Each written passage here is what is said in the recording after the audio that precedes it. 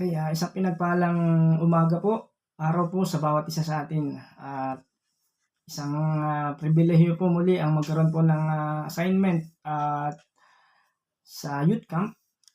Isang pribilehiyo po na kayo po'y share po ng, salita po ng ating Panginoon at, dalangin ko po ngayong araw na ito o sa mga susunod na araw, nawa ay yung pagkatuto sa salita po ng Diyos ay ating pong maranasan at lumago po tayo sa kanyang kaalaman, sa kanyang kabutihan, sa kanyang awa, sa kanyang grasya ay atin pong, maunawaan lahat po ng ating pong pag-aaralan, para sa kapurihan po ng ating Panginoon Diyos. Amen. Okay, so ang aking pong topic ay, pinamagatan na labanan sa kalooban para sa kabanalan or the battle within for the sanctification.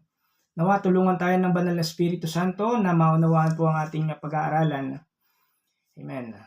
Okay, so unahin ko po muna ay mag-pray po muna tayo mga kapatid. Dakilang Diyos, sa iyo po ang kapurihan at kapasalamatan araw-araw. Sa bawat minuto, segundo ng aming buhay, ikaw po ang aming maparangalan at yung diwa po ng karunungan, maging pagkakaisa, ay buklurin kami ng pagmamahal at pag-ibig at kapayapaan. Maging mabunga po itong youth camp na ito para sa iyong kapurihan at nawa ang mga kabataang nandito ay pagpalain mo sa spiritual na kaalaman karunungan sa pangalan ni Jesus. Amen. Alright. So nais ko po munang bigyan ng kahulugan ng salitang sanctification. Ano nga po ba ang kahulugan nito? So ang salitang sanctification mga kapatid ay galing po sa salitang sanctify. Okay, sanctify. Meaning to set apart to a sacred purpose or to religious use. Or else, it is a kind of verb. Ito po yung salitang action word. Literally, it means to set apart for a special purpose. Or that is to make holy or sacred para maging banal. Okay, so yun po yung nais po ng ating Diyos. Sa bawat isa sa atin, tayo po maging banal, magpakabanal, sapagkat ang ating Diyos ay banal, matuwid na Diyos. Okay, so ngayon pong oras na ito, nais po nating buksan, basahin. Samahan niyo po ako na basahin po ang Romans chapter 7 verse 15 to 20. So nais ko pong umpisahan na basahin po natin. For I do not understand what I am doing, for I am not practicing what I want to do, but I do the very thing I hate. However, if I do the very thing I do not want to do, I agree with the law, that the law is good, but now no longer am I the one doing it, but sin that dwells in me. For I know that good does not dwell in me, that is, in my flesh. For the willing is present in me, but the doing of the good is not. For the good that I want, I do not do, but I practice the very evil that I do not want. But if I do the very thing I do not want, I am no longer the one doing it, but sin that dwells in me. For what I am doing, I do not understand, for I am not practicing what I would like to do, but I am doing the very thing I hate. Sapagkat hindi ko naunawaan ang aking ginagawa, dahil hindi ko ginagawa ang gusto kong gawin. Ngunit ginagawa ko ang mismong bagay na kinasusuklaman ko. Gayunpaman, kung gagawin ko ang mismong bagay na hindi ko gustong gawin, sumasang-ayon ako sa kautusan na ang kautusan ay mabuti. Ngunit ngayon, hindi na akong gumagawa nito, kundi ang kasalanan na nananahan sa akin, sapagkat alam ko na ang mabuti ay hindi nananahan sa akin, sapagkat sa makatuwid nga sa aking laman, sapagkat ang pagnanais ay nasa akin, ngunit ang paggawa ng mabuti ay wala. Sapagkat ang mabuti na aking ibig ay hindi ko ginagawa, ngunit ginagawa ko ang pinakamasama na hindi ko ibig. Ngunit kung gagawin ko ang mismong bagay na hindi ko nais, hindi na ako ang gumagawa nito, kundi ang kasalanang nananahan sa akin, pero ginagawa ko ang pinakaayaw ko. Okay, So, bawat isa po tayo mga Kristiyano, ano po, kung tayo po'y Kristiyano at ating pong nasa puso, sa isip, sa buhay po natin ng ating Diyos, ang ating Panginoong Hesus. So, bawat Kristiyano po ay humaharap po sa isang matinding labanan, no? We are facing a great battle. So, itong battle po na ito, itong labanan po na ito, ay labanan, maaaring yung laban natin sa mundo, yung world, at ng devil. Okay? Meron din pong labanan na nagaganap, na mas matinding labanan na nagaganap, hindi lamang sa labas, kundi sa panloob po natin. Okay? Yun po ay labanan ng ating kasalanan, laban sa kasalanan natin, at doon sa tinatawag na kalikasan ng kasalanan o yung sin of nature. So, meron pong labanan, ano? Nung tinanggap po natin ng bawat isa, kung tinanggap po natin si Kristo, yung ating pong bagong pagkatao, okay, ay merong laban, may battle po, ano? Laban po sa luma nating pagkatao o yung ating old sinful fallenness o yung ating pagiging luma nating pagkatao, lumang makasalanan o makalaman. At itong dalawang labanan na ito, yung new creature po natin at yung old sinful fallenness, ay talagang dalawang pwersa po yan na talagang magkasalungat sa isa't isa. So, ganun po yung nangyayari. And they are hostile against one another. Sila po'y magkalaban. Sila po'y magkaaway. At yun nga po ang nangyayari, nagkakaroon po ito sa loob po natin ng internal conflict, internal rivalry, or internal strife. O nagbubunga po ito ng panloob na hidwaan. Alam niyo po yun.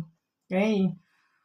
So ngayon, kung tayo ay hindi nakakaramdam ng panloob na labanan sa ating kalooban, okay, maaaring hindi tayo ligtas. Okay? O maaaring hindi pa tayo nako-convert.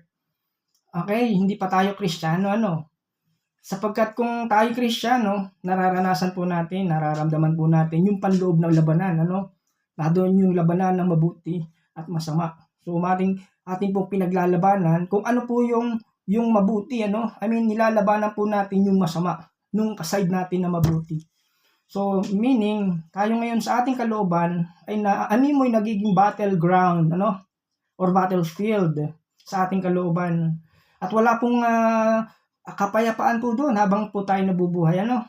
Wala pong tinatawag po natin na white flag na maaaring itaas. Nasasabihin natin ay ceasefire o tama na. Or tama na ang labanan, sapagkat ang laban na ito o yung battle na ito is ongoing, ano? Ito po'y bahagi ng buhay ng isang Kristiyano. Gusto nating gawin yung tama, subalit kung minsan nagagawa po natin ay mali. Okay? Alam po natin kapag tayo isang Kristiyano, kapag tayo nagmamahal sa Diyos, alam po natin na ang tama nating gawin ay mahalin siya. Tama po ba? Amen? Nais natin na siya ay ibigin ng totoo sa buhay po natin. Okay, nais po natin kung tayo totoong tao, totoong nagmamahal sa Diyos, minamahal natin ang church, minamahal natin ang mga kasama natin sa church, at of course, minamahal natin ang kalooban ng ating Diyos. Ang kalooban po ng ating Diyos ay ating malalaman ay, of course, sa salita po ng Diyos sa Biblia, no? So, kailangan po isipin po natin mabuti that there is a battle within of us. Meron pong labanan na nagaganap na kailangan aware po tayo doon. At kilalanin natin mismo ang Diyos upang makilala natin kung sino ang ating sarili. Okay? Nang sa ganon, maging victorious po yung ating pagiging buhay Kristiyano. So habang buhay po tayo, meron pong labanan. Kailangan po tayo maging mapagtagumpay. Hindi po natin kaya ng solo. Hindi po natin kayang umasa sa sarili po lang po natin. Kailangan po natin ng Diyos upang magpalakas, magbigay po ng grasya, magbigay ng awa para samahan po niya tayo sa buhay na ito. Amen? Okay. So, yun po yung nangyayari. Alright? So, itong bahagi na ito, okay, yung isang bahagi na sinasabi natin na mali o kasalanan sa buhay natin, ay nasa atin pa po yun, ano? Okay? Ayaw natin gumawa, gusto natin gumawa ng tama, pero may mga pagkakataon na nagagawa po natin ay mali, ano? So, may mga pagkakataon, yung old self natin, okay, gusto po nito na i-pursue po yung kasalanan at hindi po dapat mangyari yon. So, meaning to say, Doon sa kalooban natin ay meron parang tug of war. Alam niyo po 'yan ano, meron isang laro na kung saan nagkakaroon ng parang, dalawang pwersa na hinahatak ano, papunta sa kanan o papunta sa kaliwa. So, nagkakaroon po ng labanan. At ayon nga po kay Apostle Paul mismo, parang ine-echo niya yung kanyang experience. Hindi po siya nagsasalita bilang isang hindi mananampalataya, siya po yung nagsasalita bilang isang matured Christian sa pagkakataon na ito. Isa po siyang mananampalataya, isa po siyang mature believer. Okay, tayo po ba isang mananampalataya? Tayo po ba isang matured na mananampalataya o mature believer? So meaning kapag ka isang matured believer na po tayo, isang talagang tunay na nananampalataya sa Diyos, so there is a struggle within. At hindi po yun basta-basta nawawala. Ano po? Okay? Meron pong matinding paglalaban o labanan sa ating kalooban. O lumalaban po tayo kanino doon sa kasalanan na napakasama. Okay? So there is a fight for sanctification or holiness. So mahalaga po yun sa atin po. Ano? Kailangan po natin labanan. Okay? Alin? Yung kasalanan.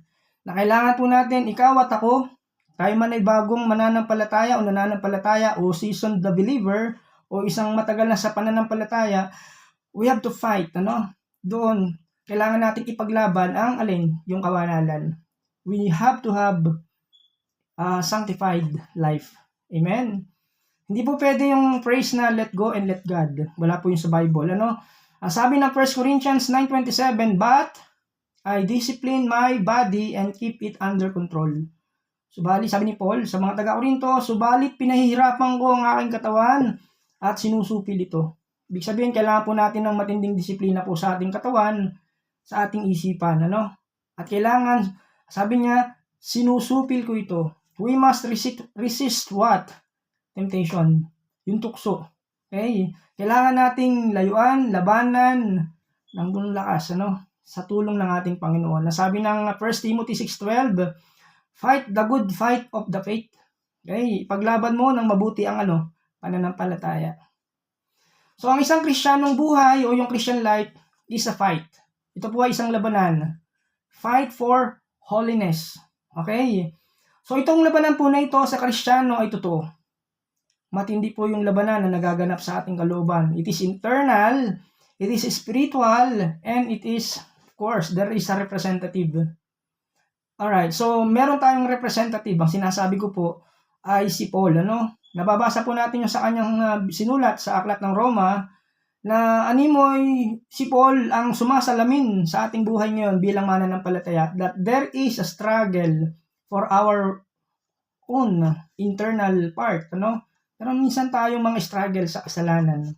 At mismo ang salita ng Diyos o ang Biblia o mismo si Paul nagkukwento, nagsasabi tungkol po doon. At hindi po tayo maaaring magkamali. O si Paul hindi maaaring magkamali. Because the Word of God is inerrant. Meaning hindi po ito nagkakamali. It is inspired. It is inspired Word of God. Yun po yung salita po ng Diyos. Kaya hindi lamang po ito basta aklat ng tao o sinulat ng kamay ng tao. So, sinasabi po ng Bible kung ano po ang makakabuti po sa atin. Ano? Sinasabi po niya kung ano ang pinakamahusay para sa ating paglakad bilang Kristiyano. Kaya kailangan we have to put our best, of course, best light or best life para magawa po natin ang will ng ating Panginoon. Alright? So, yun po yung mahalaga po sa Bible. Mahalaga po yun kasi ang Bible mismo is just like God's diagnosis para sa problema po natin o sa human dilemma. Ibig sabihin po noon, tinitingnan po niya ng maingat ang bawat buhay po ng tao. Yung Word of God. Okay? Sinusuri po ng Diyos, of course. Yung buhay po natin, ayon din sa Kanya. Okay? Sa Kanyang salita. Kaya, titingnan po natin ngayon yung ilan sa mga aral patungkol sa sinabi po ni Paul sa Romans chapter 7 verse 15 to 20. Okay. Sa verse 15, ito po yung una. For I do not understand what I am doing. Okay? Hindi ko maunawaan ang aking sarili. Yun po yung sinabi ni Paul. So meaning, that sin, ang tinutukoy po niya dito yung kanyang sarili po, ano. Pero doon po sa salita na ito, tinutukoy po niya doon is the sin, ano, is difficult to understand. Yung kasalanan po natin, ano, is perplexing or difficult to understand. It's like a perplexing mystery. Sabi niya, hindi ko maunawaan ng aking sarili. So, ibig sabihin parang animoy, napapasel siya sa kanyang sarili dahil saan? Kasalanan. Okay? Kung inyo pong titingnan, sabi niya, for what I am doing, I do not understand. Para sa ginagawa ko, hindi ko maintindihan. For I do not do what I want, but I do the very thing I hate. Sapagkat hindi ko ginagawa ang gusto ko. Sabihin yung tamang gusto niyang gawin, hindi niya nagagawa. Ngunit, ginagawa ko ang mismong bagay na kinasusuklaman ko. But I do the very thing I hate. So, what he's doing, yung phrase po na ito is reference or it refers to the participation or his participation in sin. So, nandun po yung pakikibahagi po ni Paul sa mali, sa kasalanan. Okay? Kasi tingnan niyo po doon, what he is doing is in present tense, ano? Hindi po si Pablo nagsasalita. I mean, nung siya ay hindi pa mananampalataya. Okay? Hindi po siya nagsasalita nung statement na ito, bago niya ma-encounter si Lord sa Damascus. Okay? O hindi rin siya nagsasalita nung siya ay isa pang Pariseo o isang Hebrew. Okay? Pero ang hinahanap po ni Pablo ay yung kanyang katwiran sa pamamagitan ng kanyang efforts. Okay? So now, this is, naka-form po niya ng present tense. Ano po? Sabi niya, nagsasalita po siya like a mature Christian po dito. Sinasabi po niya rito, yung kanyang spiritual autobiography. Okay? Sabi niya, again, he says what he is doing, I do not understand. And here is what he does not understand. Ibig sabihin po, ang gusto niyo pong, ibig sabihin po noon is, bakit ako'y patuloy pa sa kasalanan o nagkakasala? Na kung saan, ako naman ay meron ng bagong puso na nagmamahal sa Diyos. Kung meron na akong bagong puso, meron din akong Holy Spirit sa aking kalooban. Sa kanyang kalooban, ano? Kung ako ay na kay Kristo, di ba sabi po niya, kailangan ako'y bagong nang nilalang. Meron na po akong bagong affection o pagmamahal. Pero sa mundong ito, bakit pa ako nagkakasala? Hindi ko ito maintindihan. Okay? Kaya nandoon po yung sin is perplexing. Okay? Or confusing or puzzling to Paul. Yun po yung nakakalito para kay Pablo. So isa pong malaking frustration o yun nga, pagkabigo para sa kanya bilang isang Kristyano. Dahil ang dinidesire po niya o maging tayo man ay yung holiness o yung sanctified life. Pero he desires godliness, but ang problema nga po is, he keeps falling into sin. Okay, so yun po yung laban. Ito po yung nangyayari. Ano? He still commits sin and he is confused. Nalilito po siya. So this one, ito pong statement na to, so sin is a kind of confusing thing. Ano? Isa po itong misteryo.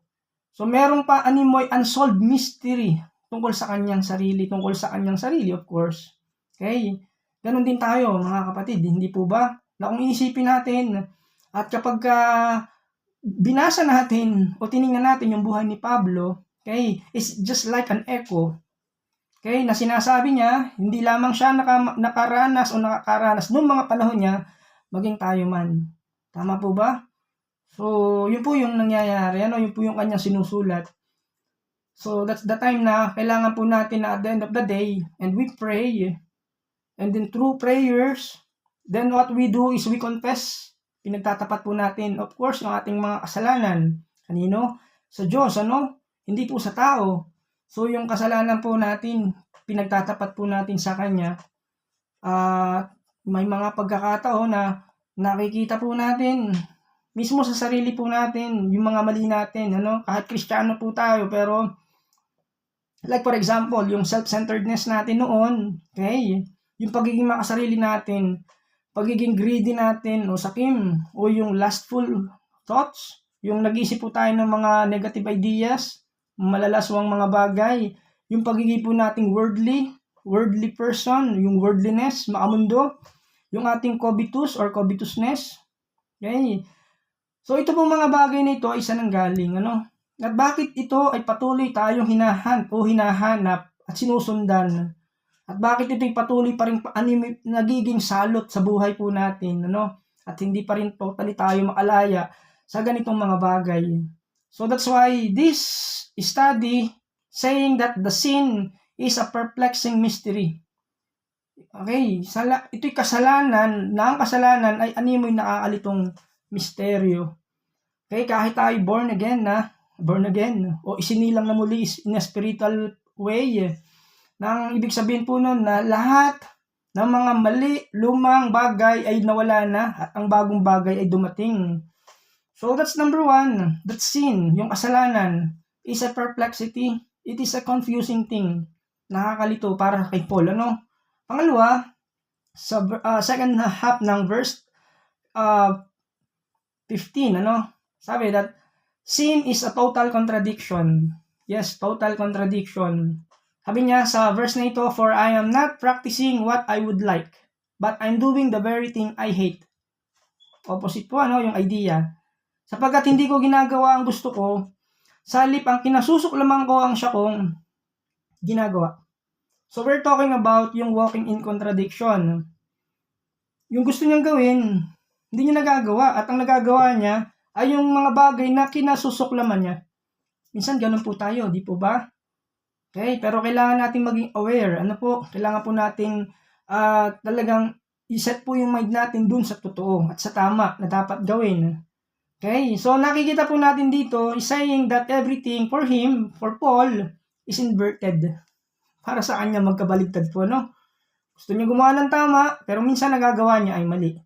Okay, so yun po yung nararanasan niya sa kanyang buhay, ano? Bilang isang Kristiyano. So, nandun po yung parehas na kasalanan na tinatawag po na omission and commission. Omission, ibig sabihin, ito po yung sin of omission na kung saan ito po yung mga kasalanan, okay? Or these are the sins that are what we don't do that we should have done. Ibig sabihin, ito po yung mga bagay na dapat nating gawin pero hindi natin ginagawa o nagagawa. Sin of omission po ang tawag doon. Sins of omission. Yung sins of commission naman po are what we do that should not have done. Okay? Mga bagay na ginagawa natin na dapat ay hindi natin ginagawa. Sins of commission. So, in either ways, mga kapatid, ano, ang tinitingnan natin dito si Paul, like a mirror, the word of God, yung word ni Paul, ano, kung titingnan natin, there is what? Total contradiction. Sin is a total contradiction. Okay? So, hindi niya nagagawa yung mga bagay na dapat niyang gawin, ano? Na dapat niyang gawin o dapat nating gawin ay mga bagay patungkol sa mga kabanalan, ano? Holiness, sanctification. Okay? So, si Paul po ay nagsasalita bilang isang tunay na mananampalataya, ano? Okay? Sapagkat ang mga hindi tunay na mananampalataya, okay, hindi po nila ipopursue yung holiness. Hindi po nila itutuloy yung mga bagay na banal. Hindi po nila iniisip na gawin yung bagay na makalulugod sa Diyos, ano? Ang mga hindi mananampalataya o mga unbelievers, hindi po nila dinideny. Tinatanggi yung kanilang sarili and they do not take up a cross and follow Christ. Pero tayong mga mananampalataya, okay, kailangan po nating i-pursue po ito. Yung totoo, yung bagay na katanggap-tanggap sa Diyos, marangal, matuwid. Okay? At magbibigay po ng glory sa ating Panginoon. So po yung believers, ano? Pero yung mga unbelievers, ito po yung mga tao na hindi po sumusunod ng hindi po nabubuhay sa pagsunod sa Diyos. They are the people who do not live without obedience to God. Okay? So, yun po yung sinasabi po ni Pablo, ano? Bagamat, sinasabi ni Paul, okay, na yung mananampalataya has a new heart, okay, may bagong puso, new affection, bagong pagmamahal, new desires, o may mga bagong gusto. Yun po yung bago niyang desire para sa ating Panginoon. So, yun po yung Kristiyano. Okay? Bagong appetite. Okay? Bagong pagkauhaw. Tayo po ba ay may bagong desire? Noon, yung luma nating desire, wala na po yun. Ang hinahanap na po natin ay ang Panginoon, ay ang Diyos, ano? new hunger, bagong kagutuman. Okay? At para kay Kristo, syempre. Para kay Kristo na tayo ay makalakad na karapat-dapat sa pagtawag niya sa atin. Amen. So, yun po yung nakita po ni Paul. Nakita po natin that sin is a total what? Contradiction. Okay? Bakit nagagawa ko tong mga bagay na to? My desires, sinasabi niya, ang aking gusto, ang aking nais, ay hindi ko nagagawa. Yung mga bagay na dapat kong ginagawa. Okay? So, alam niyo si Paul, pag binasa po natin yung naisiparting sa atin ni Paul, sa kanyang emosyon o sa kanyang pagkatao, si Pablo ay napakatapat na tao. Okay? Nais po niya na ipresenta, okay, yung kanyang sarili na talagang hindi yung hyper-spiritual na paraan. Okay? Napaka-honest, napakatapat niya. Doon pa lang sa pagsulat niya ng verse na ito. So, ganun po ang kailangan din natin, mga kapatid. Maging tapat po tayo, Maging tapat, una, sa Panginoon at syempre sa ating kapwa, po. So, ganun po si Pablo, Kailangan po nating ipagtapat. Of course, sa Diyos. Habang tayo nakaluhod sa pananalangin, pinagtatapat po natin yung ating naisin, yung ating desire, o yung ating mga nagagawa. I-confess po natin at of course, atin pong daligdan at talagang lakaran ng tama. So, kasapagkat alam po natin ang Diyos, nalalaman po niya yung katotohanan tungkol sa bawat isa sa atin. Kaya kailangan po nating magtapat sa ating Diyos. Kailangan po nating aminin sa ating sarili yung ating kahinaan. Okay? So, yun po, si Pablo. Talagang nakita po natin yung kanyang pagiging tapat. Po? Alright, so, ganun po ang nais natin. Ganun ang nais ni Pablo. Nais natin na ganun din po. Nais po natin at gusto po nating i-please ang Diyos kung ano yung kanyang nais, kung ano at sino ang kanyang mahal. Okay, ganun din po tayo. Kinaiinisan niya at kinaiinisan din natin kung ano yung ayaw niya. Okay, so sabi ni Paul, yung word na but I am doing the very things I hate. Okay, so meaning meron pong love-hate relationship. Makikita po natin sa verse 15. I love what I hate and I hate what I love. Yung salitang hate is a strong word po yun. Okay. Alright. So, I am doing the very things that I hate. Ginagawa ko ang mga bagay na kinainisan ko. Again, si Pablo po ay isang mananampalataya, So, those things, itong mga bagay na ito that he hates, na binabanggit niya po doon is sin.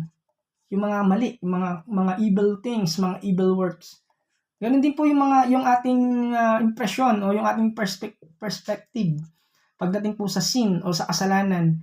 Kailangan ay magalit po tayo dito, kailangan itakwil po natin ito, Kung ano yung kinasusuklaman ng Diyos, ganun din po tayo. Okay?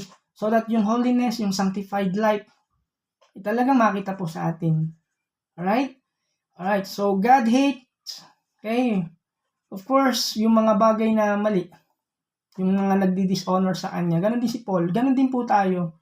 Yung nagbibigay yung nakakasira sa Diyos, yung nagdi-dishonor kay Kristo, kailangan against din po tayo doon, Alright? Ganon po si Paul. So, hindi po natin nais na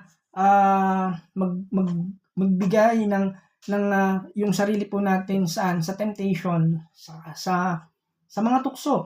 Okay? So, that's why sin is a total contradiction. Total contradiction is just like oxymoron, contradictory. Mga kapatid, naunawaan nyo po ba yan? Doon po yung strange contradiction. So meaning yung dalawang idea is completely opposite, magkataliwas. So yun po yung idea po, Alright? So then another one, that sin is a legal offense. Sa verse 16, sabi niya, but I do, and that really should be since I do. Ulitin ko po, However, if I do the very thing I do not want to do, gayon pa man, kung gagawin ko ang mismong bagay na hindi ko gustong gawin. Alright, so he's talking about sin. Pinakaayaw niyang gawin, o yung pinakaayaw nating gawin is of course yung sin. Sapagkat wala namang tunay na mananampalataya na gustong gumawa o nagwi-wish na makagawa ng kasalanan. Tama po ba? Okay. Pag isang tunay na mananampalataya, ang talagang iniisip po niyan yung makakalugod po sa ating Panginoon. But yes, wala pong nakaka-reach po dito. Nakakaabot sa bawat mananampalataya na tinatawag natin na sinless perfection in this world. Wala po nun. At kung meron man, ang unang kandidatong pwede po nating ibigay, sabihin ay si Paul. Okay? Sapagkat nakita po natin yung buhay talaga sa kanya na sobrang talaga na doon po yung kabanalan. Bagamat, siya po'y lumalaban pa rin sa, yun nga po, sa ongoing po yung battle sa kasalanan. Ano po? So that, yun nga, sinasabi niya sa atin that we must be aware of it. Maging aware po tayo. Kumbaga, nadun po yung battle, nadun po yung war sa kanyang kalooban. At yan din po tayo. We have to war against sin. So, yung old self natin, talagang kailangan hindi na po mag-manifest po yun, kundi yung atin ang pagiging bago. But again, we are still to fight for sin, against sin. Kasi yung sin po na ito ay talagang nandun pa rin po yun, nananatili po yun, pero hindi na po siya kailangang maging mag-rule sa buhay po natin. Hindi po ito kagaya ng balat ng ahas na alam niyo po yung pag nagluluno po yung ahas, yung balat niya natatanggal. Okay? At nawawala na po yun.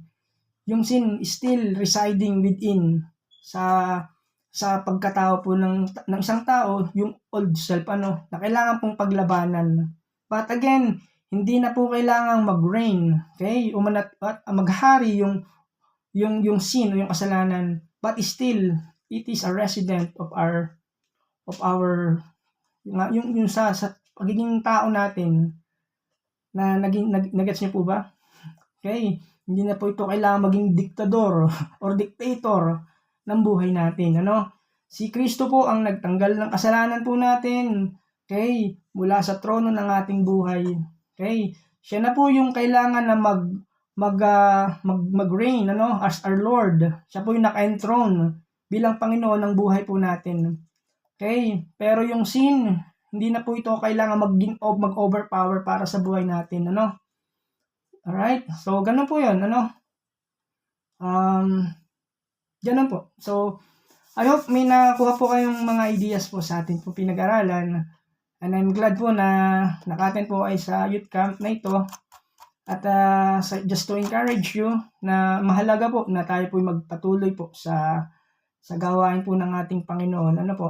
Sapagkat ang gawain po ng ating Panginoon ay talagang magbibigay po ng karunungan sa atin.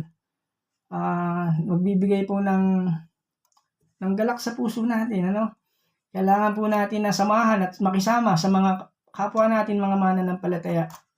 Kailangan po natin na ipagpatuloy yung kung ano po yung sinimulan po ng ating Diyos para sa buhay po natin. Okay? So again, sa bawat buhay po natin, kailangan po natin ng grasya po ng Diyos. Kailangan po natin magpasalamat sa Diyos na siya po ang nagbibigay ng totoong victory, ng totoo pong pagtatagumpay sa pamamagitan po ni Kristo, ng ating Panginoong Hesukristo sa bawat buhay po natin. So kailangan po nating magkaroon ng progress, Kailangan po nating mag-move forward. Isulong po natin yung ating pong spiritual. Okay? So mahalaga po 'yun. So yung kailangan po nating maintindihan ayon kay Paul, ano po yung kasalanan, I-identify natin yung root cause, sa buhay po natin. Kung kilala po natin ng Diyos, mabuti po 'yon. Makikilala rin po natin ang sarili po natin as long as nakikilala po natin ang Diyos ng Biblia. At ma-identify po natin, kailangan po malaman natin ano ang nananatiling kasalanan sa atin. Okay? Ang magsasabi po niyan sa atin ay kung alam po natin ang utos o yung batas ng Diyos. Okay? The Ten Commandments. Ito po ang nagre-reveal sa atin kung ano ang kasalanan natin. Parang siya yung doktor na nagsasabi ito ang mali sa sarili mo, sa physical mong buhay. Okay? Yung commandments o yung law. So, kaibigan po natin yun. Hindi po ibig sabihin yung Ten Commandments ay sa lumang tipan lang. Ito po ay kasama hanggang sa bagong tipan, hanggang sa buhay natin na ito. Okay? Sabi nga, ang best defense natin is our good offense. Ibig sabihin, kailangan po nating malaman ang Word of God, ang salita po ng Diyos. So, yung Bible study, pagpapatuloy po sana natin po ito, ano? Okay, at maunawaan po natin yung kapangyarihan ng Holy Spirit. Okay, mahalaga po yun. Yung power po ng Word of God na nasa atin. Okay, yung kapangyarihan ng pakikipag-isa po natin kay Kristo na magagawa po nito sa bawat buhay po natin. Because, yun nga po, meron pong tug of war na nagaganap po sa kalooban natin. At ang kailangan mangyari't manaig, walang iba po ay kundi ang Diyos na nasa atin. Because God, our Lord Jesus Christ, is an omnipotent. He is an holy, omnipotent God. Makapangyarihan po ang Diyos. Still, the Word of God is powerful. Kaya we need to rely po sa Kanya lamang. Kailangan po sa Kanya lamang po tayo umasa. So we are filled with the Holy Spirit. Siya po yung nagko-convicts ng ating kasalanan. And we need to repent. Okay? And turn away from that sin. And we need to be obedient to the Word of God. Because there is an internal power of God for good at work in our life. And we need to have a fellowship with other Christians.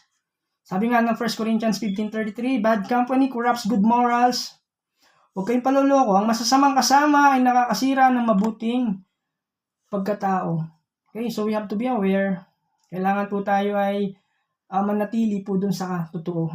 Sinasabi po ng salita po ng Diyos. Psalms 119 verse 9 and 11. How shall a young man keep his way pure? By keeping it according to your law. Your word I have hidden in my heart that I might not sin against you. Paano mapapanatiling malinis ang pamumuhay ng isang tao sa kanilang kabataan? Sa pamamagitan ng pagsunod sa banal mong kautusan. Ang banal mong kautusan sa puso ko'y iingatan upang hindi magkasala laban sa iyo kailanman. Okay, so yun po yung Word of God. It must be hidden within us and literally dwells within us. Okay, so yun lang po at nawa lalahanin po natin lagi ang Panginoon, maging ang buhay po ni Kristo na dumaan din po sa mga pagsubok, subalit siya po ay pinangunahan po ng banal na Espiritu at siya'y Diyos. Okay, kahit po ilang beses po siyang tinukso, ilang beses din po siyang nagtagumpay. Ganun din po ang gagawin ng Diyos kung si Kristo ay nasa puso po natin, nasa buhay po natin. Kailangan maging victorious po tayo at ipaglaban po natin, labanan po natin. Yung labanan na nasa kalooban natin, kailangan maging victorious po tayo. Yun po yung mangyayari kung kilala po natin ng Diyos, kilala natin ating sarili, okay, at sasamahan po tayo. Nawa samahan po tayo ng banal na Espiritu para magtagumpay po tayo. Makamtan po natin yung sanctified life. Amen. So hanggang doon na lang po, and glory to God. God bless everyone. Enjoy. Have fun. Okay. Bye. See you next time.